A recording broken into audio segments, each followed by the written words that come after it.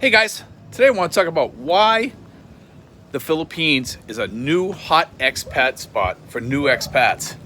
A lot of people are starting to pick up on this more and more and more. And I'm starting to hear a lot from a lot of people. It's really getting hectic around here. I'm getting tons of emails, tons of comments, tons of phone calls. So we're definitely hearing a lot more stuff going on. Let me just shut this off. I have a sound machine over here that makes like an air sound so you can sleep good at night without hearing dogs barking or whatever. But anyway, I wanted to talk about this because this is kind of important. I think with everything going on in the world, a lot more people are taking a bigger look at the Philippines. But it's not just that. Let me go down this a little bit further. A lot of people in the U.S., because of housing prices, rent prices, and everything, have ran to van life. And I'm hearing from some van life people that van life is just not what it's cut out to be. Living in your car in the middle of the winter in the hot summer, sweating in your car. They have to always figure out different ways to figure out things like that. Nobody wants to live like that. Nobody wants to live like that. But what happens is when we get people like that, a lot of the people have a lot of issues to some extent. Not all. I'm saying, and anybody that lives the van life knows that there's a lot of issues when you're living amongst the homeless who are living in their car.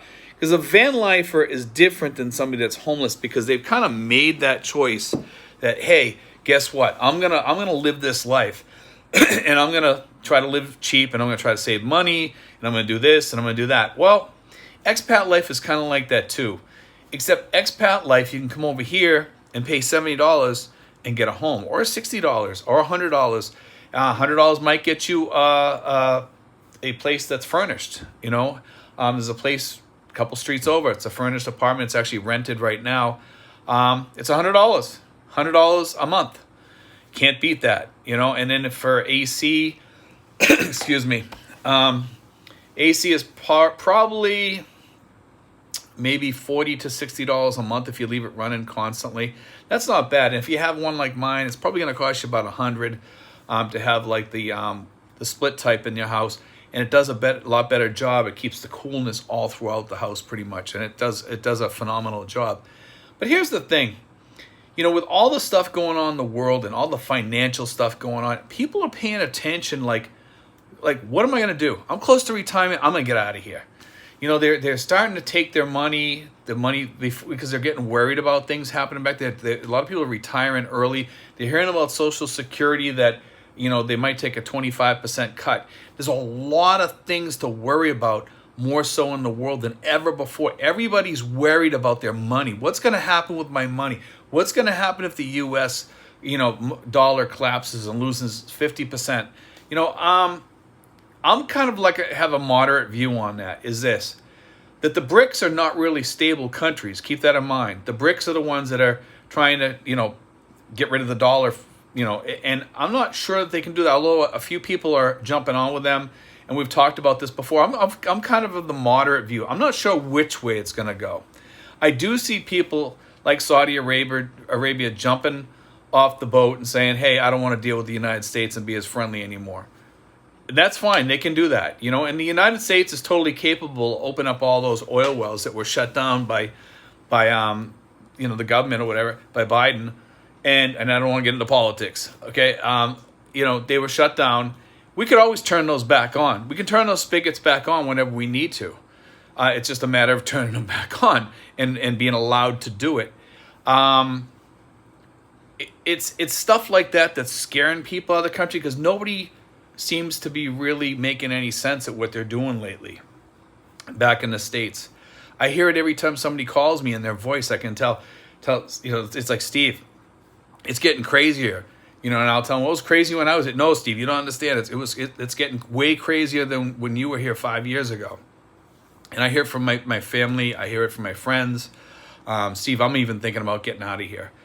It's like, if everybody keeps leaving the way they are, and I was just reading the other day that a lot of Puerto Ricans are going back to Puerto Rico. Now, Puerto Rico is part of the United States, but they're going down there because they can live down there cheaper, I guess. So that's why they want to go back there. They want to go back down there. It's tropical, it's nice, it's cheap, but it's not that cheap.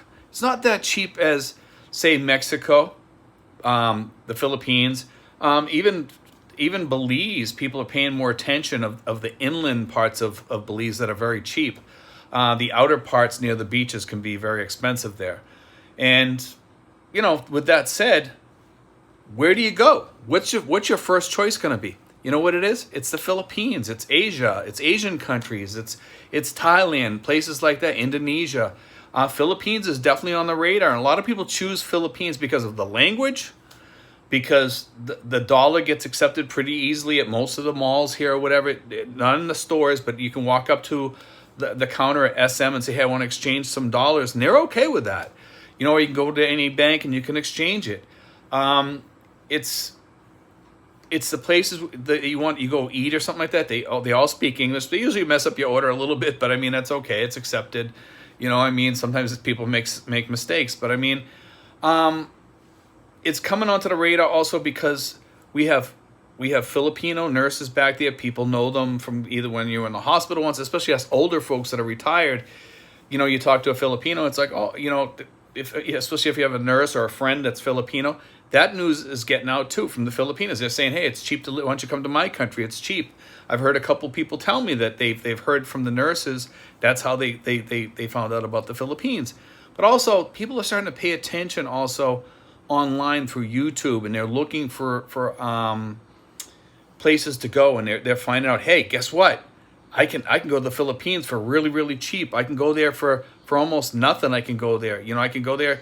I can live there for $1,500 a month, or $2,000 a month, or $2,000 to $3,000 in the sweet spot, and live really well like a king. That's great, and that's the attraction over here, and that's the thing that's getting people, because back home, people are looking for the alternatives. Like I said, the van life. Van life is not really a choice anymore. Who wants to live in their car in the winter? Who wants to live like that? I know people that do. But would I want to live like that? I'm not so sure I would, unless I had a full-blown camper with full-blown heat, water, all that stuff. And then you got to fill it up. You got to empty the tanks. You got to get gas tanks. You're always doing all kinds of work. And it can be just as expensive running an RV or a camper or something like that sometimes as it is running a house. It can, because it's getting harder to camp on the street because they're kicking you off. It's getting harder to go to the local Walmarts and places like that. It's not easy anymore. So that's why places like the Philippines are getting on the radar. Also remember, a lot of ex-military people are the people that are coming over here. They're the ones who are starting to pay attention because they heard from their friends that were over here. Even if you weren't in the Philippines, guess what? It's still on the map for those people because they remember hearing the stories. They remember hearing how cheap it was. I remember when I was in the service from talking to Filipinos. I was a cook, so I was always around Filipinos 24/7. So I kept that on my radar. That's why I came over here the first time.